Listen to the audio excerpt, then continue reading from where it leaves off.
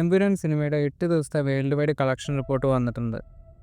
ആദ്യ ദിവസം 67 കോടി, രണ്ടാം ദിവസം 34 കോടി 50 ലക്ഷം, മൂന്നാം ദിവസം 35 കോടി, നാലാം ദിവസം 39 കോടി 10 ലക്ഷം, അഞ്ചാം ദിവസം 26 കോടി 20 ലക്ഷം, ആറാം ദിവസം 17 കോടി 50 ലക്ഷം, ഏഴാം ദിവസം 9 കോടി 40 ലക്ഷം, എട്ടാം ദിവസം ഏകദേശം 5 കോടി 80 ലക്ഷം.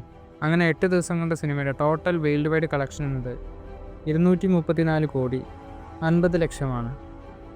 ഇനി സിനിമ വിജയമായോ എന്ന് ചോദിച്ചാൽ, സിനിമയുടെ വേൾഡ് വൈഡ് തിയേറ്ററിക്കൽ റൈറ്റ്സ് വെച്ച് നോക്കുമ്പോൾ സിനിമ വൻ വിജയം തന്നെയാണ്.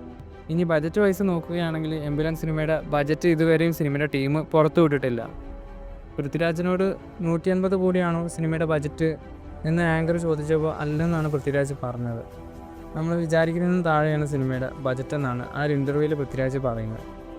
എമ്പുരാൻ സിനിമയ്ക്ക് 150 കോടിയാണ് ബജറ്റ് എന്നൊക്കെ പലരും പറയുന്നുണ്ട്. അതൊക്കെ പക്ക ഫേക്കായുള്ള കാര്യമാണ്. സിനിമയെ ഡീഗ്രേഡ് ചെയ്യാൻ വേണ്ടിയിട്ടാണ് അത്തരത്തിലൊക്കെ പറയുന്നത്. എന്തായാലും എമ്പുരാൻ സിനിമ ഇൻഡസ്ട്രി വീട്ടിലേക്ക് അടുത്തിട്ടുണ്ട്. നാളെ സാറ്റർഡേ ദിവസവും മറ്റന്നാൾ സൺഡേ ദിവസമൊക്കെ സിനിമയ്ക്ക് നല്ല രീതിയിൽ കേരളത്തിൽ കളക്ഷൻ ഉണ്ടാകുമെന്നാണ് പ്രതീക്ഷിക്കുന്നത്. എന്തായാലും എമ്പുരാൻ സിനിമയുടെ final worldwide box office collection എത്രയായിരിക്കുമെന്നാണ് നിങ്ങൾ പ്രതീക്ഷിക്കുന്നത്? നിങ്ങളുടെ അഭിപ്രായം കമൻറ്റ് ചെയ്യൂ.